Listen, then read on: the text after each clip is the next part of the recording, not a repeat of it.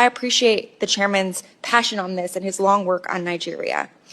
I think it's a distortion to say that what we're trying to say is that there's nothing to see here. In fact, there is something to see here. There is very real conflict and violence that we need to address.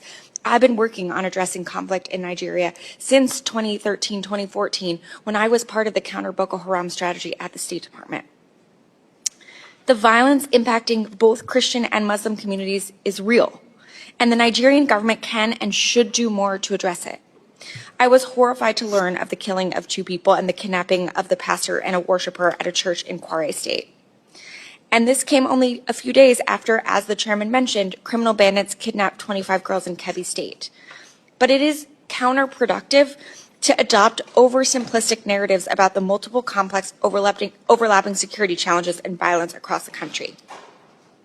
The victims in the Kebbi State kidnapping were all Muslim girls.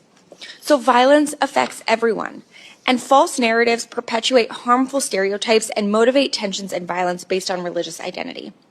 Distorting what's happening into a solely religious narrative erases the real drivers of violence and makes it harder to implement effective solutions. And it can fuel violence against the very groups the Trump administration claims it wants to protect. That's why I'm alarmed by President Trump's rhetoric about this violence and threats to go into Nigeria, guns a-blazing, and to wipe out terrorists. We are already receiving reports of increased tensions between Christian and Muslim populations following this rhetoric.